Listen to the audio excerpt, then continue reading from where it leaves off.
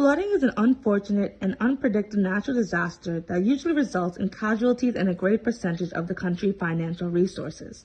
With this in mind, some common ways to prevent flooding are building and maintaining structures such as caulkers, sea walls, and drainage pipes in and around the communities and the country as a whole. By building and upkeeping these structures, they serve to prevent flooding in the event of excessive water being collected in areas.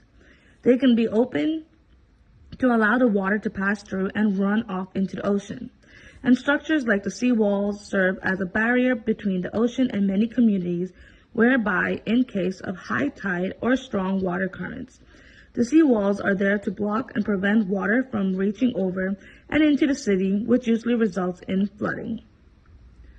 These structures also require regular and steady maintenance in order to be able to fully serve their intended purpose.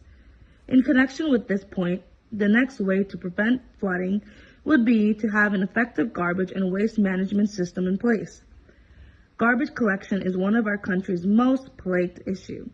Citizens tend to dump their waste into the trenches, riverbanks, caulkers, and waterways, especially when those structures are down or not working to capacity.